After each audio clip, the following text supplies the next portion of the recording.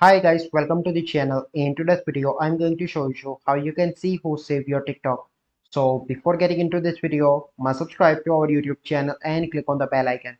So the first step you simply need to do is to open TikTok application, and here you need to click on this share icon, and in the bottom you can see save video. So once you save, this video will be downloaded in your smartphone, but that creator will not get any notification that I download his video. So due to privacy concerns, TikTok does not allow this. But if you want that no one can download your video, you simply need to click on profile, click on three bars, click on settings and privacy. Here you need to click on privacy, scroll down, and here you can see downloads. You simply need to click here, and it will not allow anyone to download your video from TikTok. So I hope you find this video helpful. If you find this video helpful, must like this video, subscribe to our YouTube channel for future videos. We'll see you in the next video. Thank you.